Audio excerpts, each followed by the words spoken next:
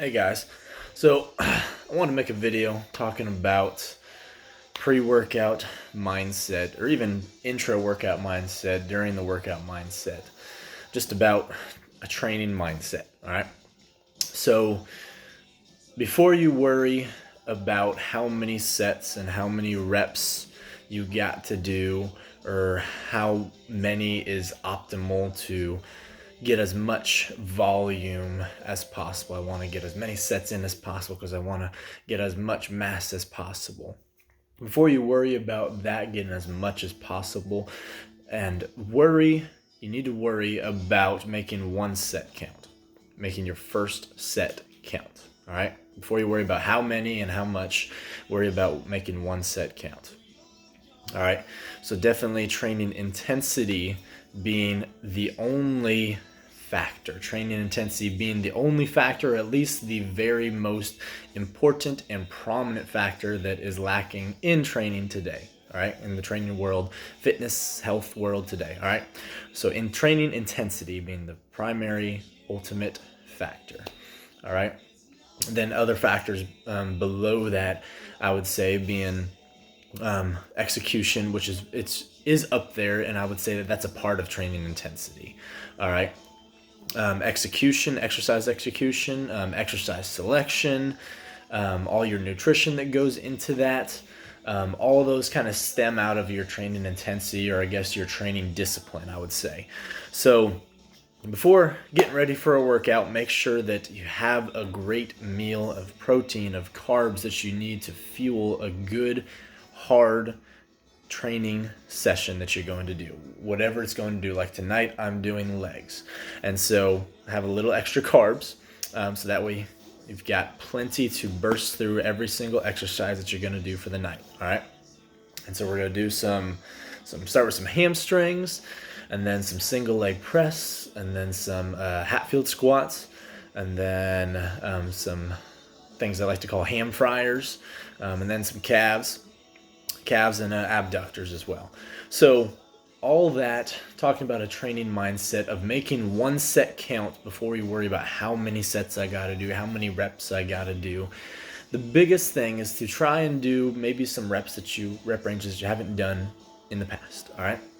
And so typically, most people agree on that the best range for hypertrophy, for building muscle, is between 6 reps and 20, and anywhere between that. All right.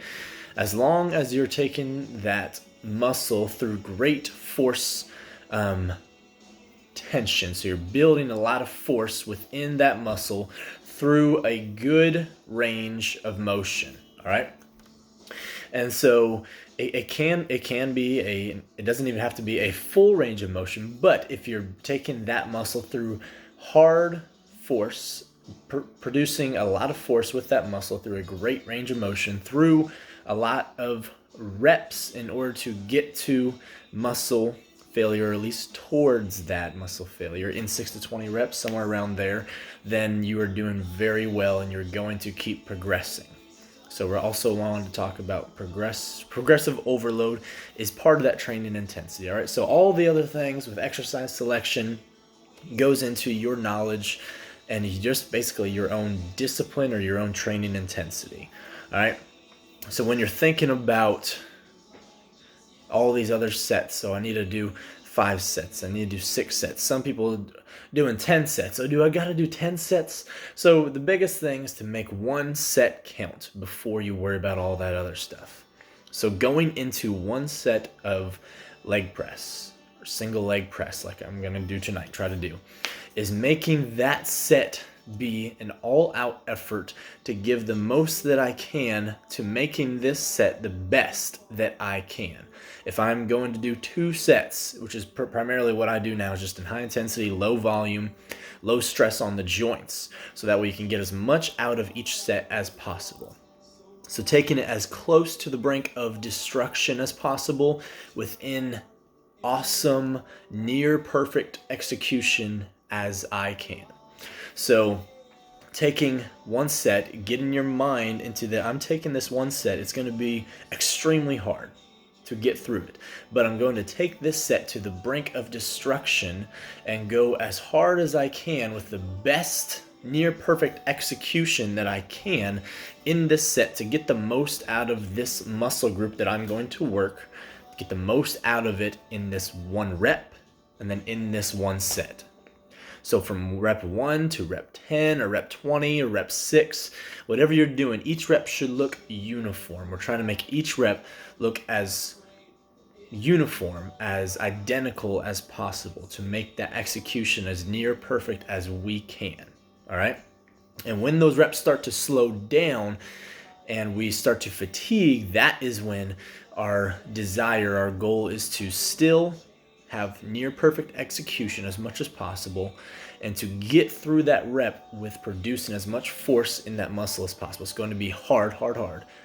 But that is our goal in each rep, to push each rep and then each set that we have to the brink of destruction, to push as much force or as much muscle torque into that targeted muscle as possible, to lift smart, to lift intensely. So intensity is the biggest thing that I see lacking in fitness training world today. And if you don't want to train to failure, then you don't have to, but you might not make as much gains as possible. If you never train to failure at all, if you never realize where I'm actually can do 10 reps of this weight here, and you're thinking, oh, I can only do 5. All right. And so being 5 reps under failure for most people is like being 10-15 reps under failure. If it's just an attitude from them of not realizing I can take this pain and I can keep going, I can continue to push, my muscles can continue to push and get reps out in a very uniform, in a very controlled and stable environment. All right. So things like barbell back squats, or barbell back squats being a great example of things that we don't want to push to extreme failure, to muscle failure, because you can't really push your legs to muscle failure. Your back might give out, your hips, or even your ankle mobility. A bunch of things can go wrong with that. So in a stable environment, pushing things to failure and trying to push that muscle group to the absolute brink of destruction, to absolute failure as much as possible. If you never go there, then you never can say, oh, I'm doing this, and I'm doing this amount of weight for this amount of reps here. I'm going to stop here at 10 because I know that I could do 15 with this. If you've never done 15 with that and actually pushed it to the brink, then you cannot say that. Most people, when they say that, I've got 5 reps left. Most people, you probably got 10, 15 reps, something like that. All right. So that is one thing with training intensity. To know what your training intensity is and to continue to strive to push that up each and every day, because it's going to continue to get harder and harder each and every day. Like you continue to get stronger, it's going to continue to get harder and harder. And so we have to be prepared to lift heavy. You have to be prepared to progress each and every day, or at least each and every week, like having just 5 more pounds than I did last week, making 1 more rep than I did last week at this weight, making 2 more reps than I did last week at this weight, or even just making the same weight and the same reps, but making it even more perfect into those last 2 reps. Because if you do that weight, just say 400 pounds on the Hatfield squats or whatever for 8 reps. And today I do that again for 8 reps. But those last 2 reps might be the most muscle building, the most muscle stimulating reps of all. And then I have those be even better reps, or all those 8 reps, especially those last 2 being even better reps than I did prior last week. So then that is still progressive overload, trying to do better every single day, 1 step at a time.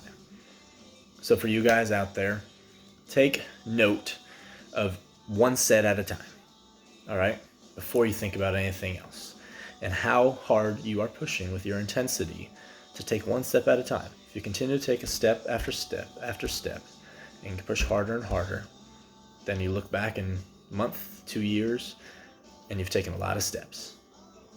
Hit it hard.